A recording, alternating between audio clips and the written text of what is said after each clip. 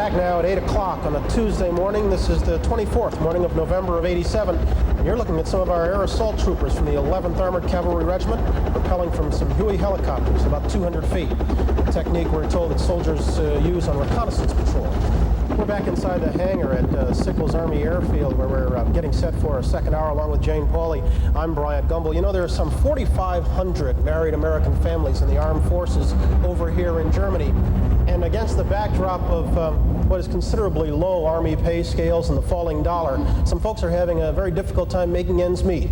We'll be talking about the difficulties they're having in this half hour. Jane? Much of what the GIs and their families know about life back home they get from watching television. Shows like The Cosby Show or 60 Minutes or even The Today Show. All come on one channel, the AFN, Armed Forces Network. And in this half hour, we'll be turning our cameras on them. Oh, so you're new to Germany. You need advice on how to cook your Thanksgiving turkey? Want to watch NFL football live at midnight? Well, there's a network just for you, the American Armed Forces Network in Europe.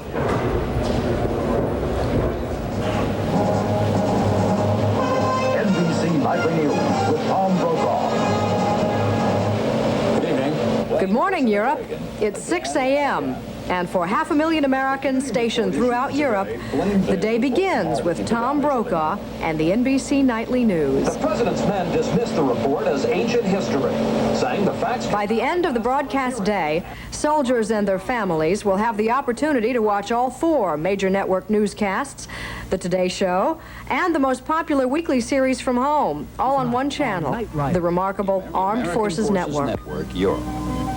Seeking an antidote to Axis Sally and Tokyo Rose, the Armed Forces Network was born in the basement of the BBC on the eve of the Normandy invasion. When Allied soldiers hit the beaches of France, AFN was there. People of Western Europe, a landing was made this morning on the coast of France by troops of the Allied Expeditionary Force. The AFN is still in the field with soldiers, whether it's to cover a local ambush exercise or build a mobile studio to report on NATO maneuvers. Sergeant Adrian Guerin, AFN Nuremberg. Military news is the heart of the network's own nightly newscast. But as Europe begins its 5th decade of peace, AFN's mandate has widened to include the needs of families as well as soldiers. Bill Kelly looks at the role a latchkey specialist plays in a child's emotional development. It's basically a mirror image of what they would see back in the United States. The key objective is to provide a touch of home, which then gives a positive influence on morale, which then gives a positive impact on unit readiness.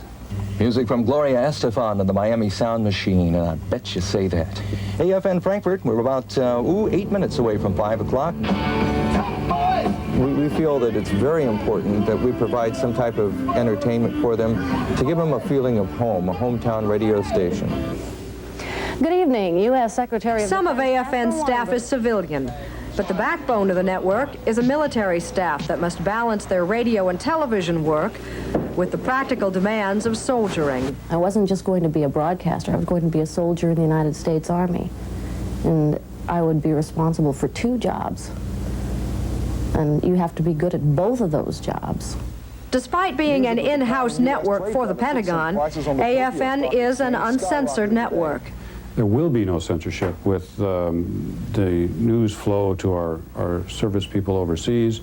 We're told that again and again by the Pentagon, by the Defense Department. We have stories about AIDS, we have stories about child abuse, drug problems. The Armed Forces Network has grown beyond the wildest dreams of those few radio correspondents who arrived at Normandy Beach 4 decades ago.